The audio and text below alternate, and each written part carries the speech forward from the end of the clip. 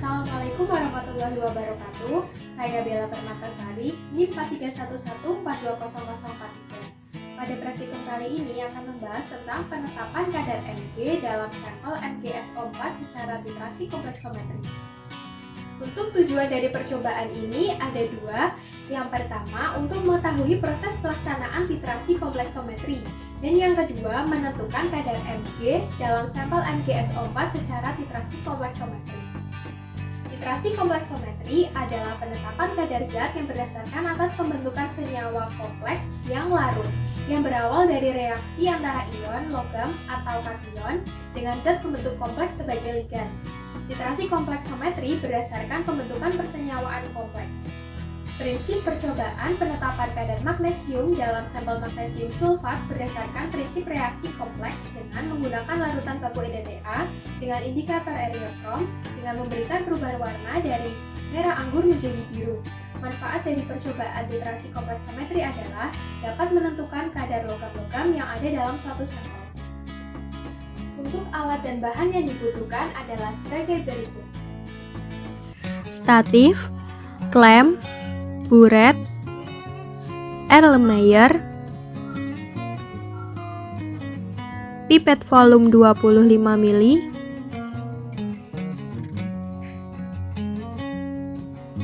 labu takar ukuran 100 ml,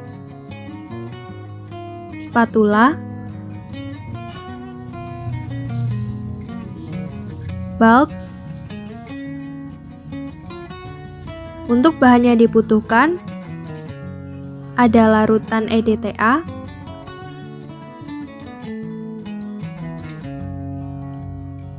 ada larutan ZnSO4,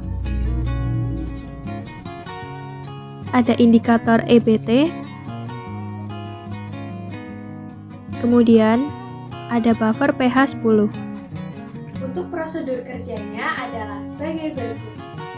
Dan memipet 25 ml larutan ZnSO4 dan masukkan ke dalam Erlenmeyer.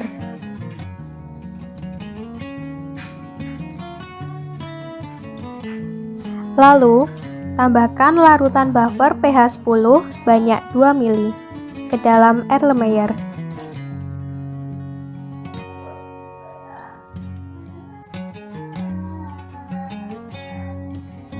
Setelah itu, masukkan indikator EBT seujung spatula.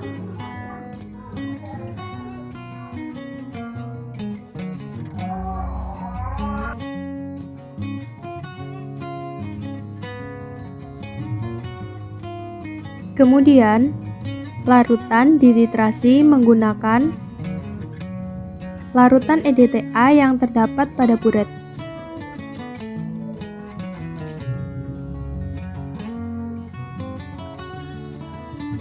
Titrasi dihentikan saat warna larutan menjadi biru. Kemudian, catat larutan EDTA yang digunakan dan lakukan titrasi sebanyak 2 kali. Selanjutnya adalah penetapan kadar Mg. Pipet 25 ml larutan MgSO4 dan masukkan ke dalam Erlenmeyer. Selanjutnya, tambahkan 2 ml larutan buffer pH 10.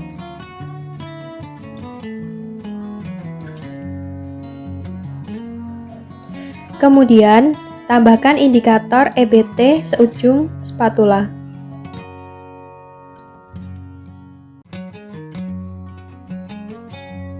Lalu, dititrasi menggunakan larutan EDTA.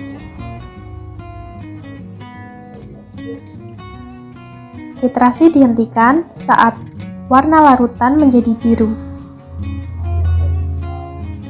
Catat volume EDTA yang digunakan dan lakukan titrasi sebanyak 2 kali. Selanjutnya adalah data pengamatan. Untuk titrasi yang pertama adalah standarisasi larutan EDTA. Untuk titrasi ke-1, skala akhir sebesar 21,59 mili. Untuk skala awal 0,00 mili dan untuk volume pemakaian sebesar 21,59 mili. Dan warna titik akhir adalah warna biru tua jernih. Kemudian pada titrasi kedua, skala akhir sebesar 21,39 mili, skala awal 0,00 mili, dan untuk volume pemakaian sebesar 21,39 mili. Dan untuk warna titik akhirnya adalah warna tua jernih. Berikutnya adalah data titrasi dari penetapan kadar MgSO4. Untuk titrasi ke-1, skala akhirnya 27,66 mili, skala awal 0,00 mili, dan volume pemakaian sebesar 27,66 mili. Warna titik akhir yaitu biru tua jernih. Untuk titrasi yang kedua, skala akhirnya yaitu 27,69 mili, skala awal 0,00 mili, dan volume pemakaian sebesar 27,69 mili. Warna titik akhir adalah biru tua jernih. Selanjutnya adalah perhitungan. Untuk volume zinc sulfat sebesar 25 mili, untuk normalitas zinc sulfat sebesar 0,05 mili, untuk volume titrasi 1 sebesar 21,59 mili, untuk volume titrasi 2 sebesar 21,39 mili, dan untuk volume titrasi rata-rata sebesar 21,49 mili. Lalu dihitung volume EDTA dikali normalitas EDTA sama dengan volume zinc sulfat dikali normalitas zinc sulfat. 21,49 mili dikali normalitas EDTA sama dengan 25 mili dikali 0,05 normal. Kemudian didapat normalitas EDTA sama dengan 25 mili dikali 0,05 normal dibagi 21,49 mili. Sehingga didapat normalitas EDTA sama dengan 0,0581 normal. Selanjutnya adalah perhitungan dari penetapan kadar Mg. Diketahui volume MgSO4 sebesar 25 mili, normalitas EDTA sebesar 0,0581 normal, volume 1 titrasi sebesar 27,66 mili, volume 2 titrasi sebesar 27,69 mili, dan volume rata-rata titrasi sebesar 27,675 mili. Dan ketika dikonversikan ke dalam liter sebesar 0,027675 liter. Kemudian, mol ekivalen EDTA sama dengan volume EDTA dikali normalitas EDTA sama dengan 0,027675 liter dikali 0,0581 normal sama dengan 0,0016 mol ekivalen. Selanjutnya, mol ekivalen Mg sama dengan mol ekivalen EDTA, sehingga didapat sama dengan 0,0016 mol ekivalen. Selanjutnya, untuk mencari massa Mg sama dengan mol ekivalen Mg dikali bobot ekivalen dari Mg sama dengan 0,0016 mol ekivalen dikali 24,568 gram per mol sama dengan 0,039 gram. Selanjutnya, kita cari massa Mg total, yaitu sama dengan V laku per V pipet dikali massa Mg sama dengan 100 ml per 25 ml dikali 0,0393 gram sama dengan 4 dikali 0,0393 sama dengan 0,1572 gram. Selanjutnya adalah perhitungan kadar sama dengan massa Mg per massa MgSO4 dikali 100%. 0,1572 gram dibagi 0,615 gram dikali 100% didapatkan hasil 25,56%.